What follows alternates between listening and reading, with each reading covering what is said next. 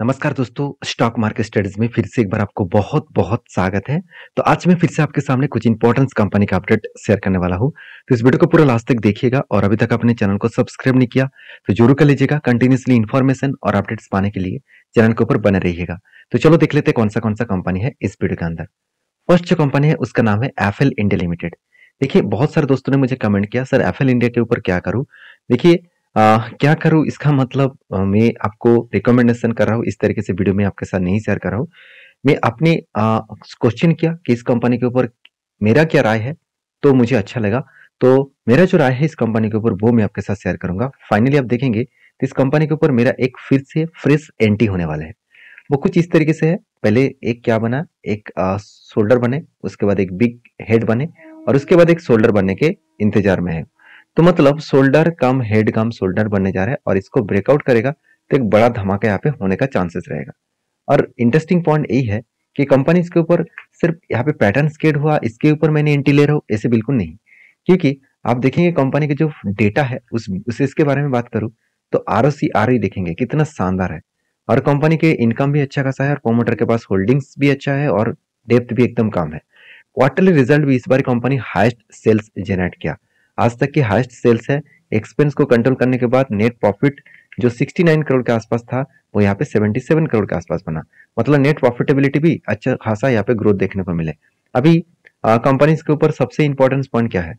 सबसे important point यही है कि कंपनी की जो बैलेंस शीट है, अगर उसके बारे में बात करूं तो कंपनी का रिजर्व एक टाइम 6 करोड़ के आसपास था 2018 में। मतलब 7 साल पहले चले जाएंगे तो कंपनी का 6 करोड़ के आसपास रिजर्व था, आज वो बढ़ के हो चुके हैं 1560-70 करोड़ के आसपास। तो मतलब कंपनी किस लेवल में खुद का प्रॉफिट ग्रोथ सॉरी रिजर्व का ग्रोथ किया आप देख सकते हैं। रिजर्व जितना बढ़ेगा उतना ही कंपनी के लिए पॉजिटिविटी भी बन जाएगा।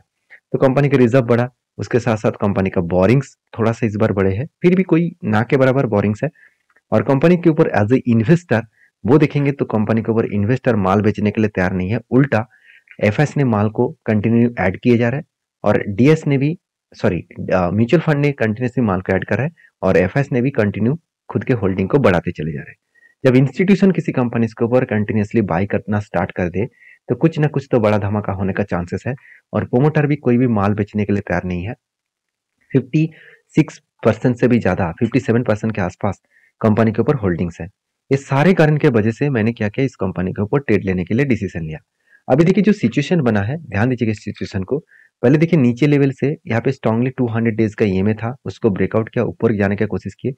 अभी देखिए जब रिटेस्ट किया, मैंने आपको ये भी वीडियो बनाकर शेयर किया था कि 200 डेज ईएमए के आसपास जब भी कोई हैमर जैसे कैंडल पैटर्न क्रिएट करे तो सोचना यहाँ पे रीबैक करने का कोशिश करेंगे। तो यहाँ पे रीबैक किया और इसका जो यहाँ पे जो कंपनी का जो रेजिस्टेंस था वही रेजिस्टेंस तक जाकर रिटेस्ट किया। अभी रिटेस्ट करने के बाद यहाँ पे फिर से देखिए 200 डेज के ईएमए के पास क्या हो रहा है, 200 डेज ईएमए के पास फिर से इस तरीके से कुछ हैमर कैंडल बना। तो हैमर कैंडल जब जब बनता है उसको अगर ब्रेकआउट करता है तो सोचना एक बड़ा जर्नी फिर से देखने को मिल जाएगा। अगर यहाँ से जर्नी करके इस 1343 तक गया तो सोचना फिर से हैंडल पैटर्न कंप्लीट हो जाएगा, उसके बाद ब्रेकआउट होगा तो मैं इस कंपनी के ऊपर फिर से एक फ्रेश एंट्री लेने वाला हूँ। तो आपके क्या ओपिनियन है जरूर मुझे कमेंट्स करके बताना। नेक्स्ट जो कंपनी उसका नाम है फाइन ऑर्गेनिक इंडस्ट्रीज लिमिटेड। इसके ऊपर भी बहुत सारे दोस्तों का कमेंट्स था, सर फाइन ऑर्गेनिक के ऊपर क्या सिचुएशन है। देखिए सिचुएशन के बारे में बात करें तो फाइन ऑर्गेनिक्स के अभी जो चार्ट पैटर्न है, देखिए पहले क्या बना था, पहले यहाँ पे शोल्डर कम हेड कम शोल्डर बना और फिर से देखिए एक बड़ा सा शोल्डर बन गया। तो पहले जो स्ट्रेटेजीज था वो यहाँ पे फेल हो चुके हैं। नेक्स्ट जो स्ट्रेटेजीज है उसके बारे में बात करूँ तो फिर से शोल्डर कम हेड कम शोल्डर बना, ब्रेकआउट तो हुआ मगर ब्रेकआउट कंफर्मेशन नहीं हुआ तो स्ट्रेटेजीज भी फेल हो गया। तो नेक्स्ट जो पैटर्न बन रहा है फिर से शोल्डर कम हेड और उसके बाद एक शोल्डर पैटर्न कंप्लीट करे तो यहाँ पे फिर से एक बार ब्रेकआउट होने का कोशिश करेंगे। अगर ब्रेकआउट हुआ तो फिर से एक लंबा जर्नी होने का चांसेस रहेगा। तो मेरे हिसाब से इस सिचुएशन के बारे में बात करूं, इस सिचुएशन को आपको समझकर काम करना पड़ेगा। बाकी इस कंपनी के ऊपर आपके क्या ओपिनियन है मुझे जरूर कमेंट्स करना, क्योंकि चार्ट पैटर्न देखकर ही हमेशा ट्रेड नहीं लेना है, हमेशा कंपनी के ऊपर इन्वेस्टर क्या कर रहा है वो देखना है। देखिए एफएस माल बेचकर भाग रहा है, एफएस खुद के स्टेक बेच रहा है, इसके पीछे रीजन एक है। वो कारण कौन सा है मैं आपको बताऊंगा, उससे पहले देखिए म्यूचुअल फंड बाइंग को कंटिन्यू कर रहा है और प्रोमोटर के पास जितना होल्डिंग्स था 75%, अभी भी उतना होल्डिंग्स वो उसके पास ही है। सबसे इंपॉर्टेंट पॉइंट क्या है कि म्यूचुअल फंड माल क्यों बेच रहा है, देखिए चलो मैं आपको दिखा देता हूँ। फाइन ऑर्गेनिक का क्वार्टर रिजल्ट देखा जाए तो 700 करोड़ से 400 करोड़ बन गया। इसका मतलब कंपनी 50% खुद का सेल्स को कम किया। अभी कंपनी के अंदर ऐसे क्या हुआ जिसके चलते ही 50% कंपनी का सेल्स डाउन हो गया? तो एक्चुअली कंपनी का जो सेल्स है वो डाउन होने के पीछे एक रीजन है। वो डाउन होने के पीछे यही रीजन है कि कंपनी का सेल्स कम हुआ, कंपनी के एक्सपेंस भी कंपनी 50% कम किए। उसके कारण कंपनी का नेट प्रॉफिट देखिए, नेट प्रॉफिट में कोई भी चेंजेस नहीं है। सेल्स 50% कम हो गया मगर कंपनी का नेट प्रॉफिट ठीक ठाक चल रहा है। तो लोगों के मन में यही क्वेश्चन है कि सेल्स कम क्यों हो रहा है? देखिए, सेल्स कम होने के पीछे एक रीजन है, मार्केट में केमिकल प्रोडक्ट का डिमांड। तो मार्केट में केमिकल प्रोडक्ट का डिमांड कम हुआ है जिसके चलते कंपनी के ऊपर एक प्रेशराइज बनता हुआ देखने को मिले, और यही प्रेशराइज कंपनी को कंटिन्यूसली गिरावट का माहौल में ढकल रहा है। तो बाकी इस कंपनी के ऊपर सारी चीज आपको अच्छा दिखेगा, जैसे बैलेंस शीट, रिजर्व 250 करोड़ से 1600 करोड़ बन चुके हैं, और बोरिंग्स कंपनी के ऊपर एक ही रेंज के ऊपर है, और CWIP में कंपनी 6 करोड़ से 19 करोड़ तक बन चुके हैं। मतलब कंपनी के हर पैरामीटर्स के हिसाब से अच्छा खासा ग्रोथ देखने को मिले। बाकी इस कंपनी के क्या सिचुएशन है, क्या सिनेरियो है, जरूर आपके साथ मैं शेयर करता रहूंगा। आपके क्या ओपिनियन है इस कंपनी के ऊपर जरूर कमेंट्स करना। नेक्स्ट जो कंपनी उसका नाम है ITC। देखिए, ITC के सबसे पहले चार्ट पैटर्न्स के बारे में बात करूं तो मुझे बहुत भर भर के कमेंट्स आ रहा है कि सर आपने जो ट्रेड लिया वो ट्रेड कुछ इस तरीके से था, लंबा जर्नी के हिसाब से 2017 से लेकर एक कप बना, उसके बाद एक शोल्डर पैटर्न क्रिएट हुआ और ब्रेकआउट हुआ, उसके बाद धीरे धीरे करके वो ऊपर जा रहे थे। इसका जो टारगेट लेकर चल रहा था वो टारगेट कुछ इस लेवल तक था, करीबन 585 के आसपास। 585 के आसपास मेरा टारगेट था, और इसी टारगेट को अचीव करने से पहले ही कंपनी एक फिर से रिकवरी कर चुके हैं, मतलब एक डाउन साइड का ट्रेड बनाना स्टार्ट कर चुके हैं। तो क्वेश्चन यहाँ पे एक किया गया कि सर अभी इस सिचुएशन में आप क्या करने वाले?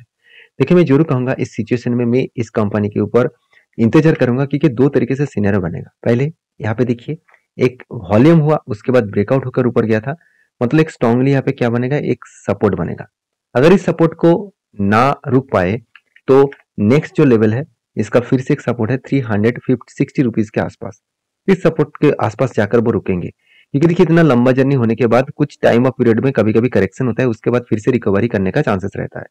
तो मैं पहले बोल चुका हूँ, अगर इस एंटी लेवल से टारगेट मुझे अगर 2 साल में मिले तो भी मुझे अच्छा खासा प्रॉफिट मिलने का चांसेस है, क्योंकि टोटल रिटर्न है 62%। 62% अगर मैं एवरेज भी साल भर के देखूँ तो 30% के आसपास रिटर्न मिलने का चांसेस है। तो इसलिए इस कंपनी के ऊपर कंटिन्यू कर रहा हूँ। बाकी आप इस कंपनी के ऊपर क्या सोचते हैं जरूर कमेंट्स करना, क्योंकि कंपनी की जो अंदर की जो सिचुएशन है वो अगर देखेंगे तो कंपनी में आपको कभी भी बुराई देखने को नहीं मिलेगा। सेल्स लगातार बढ़ता गया, एक्सपेंस कंट्रोल में है, कंपनी का नेट प्रॉफिट 5,000 से 5,400 करोड़ बना। Company year of year basis को भी बीट किया और क्वार्टर क्वार्टर बेसिस को भी कंपनी बीट करके आगे बढ़ रहा है। उसके साथ साथ कंपनी के ऊपर इन्वेस्टर, चलो वो मैं आपको यहाँ पे दिखा देता हूँ।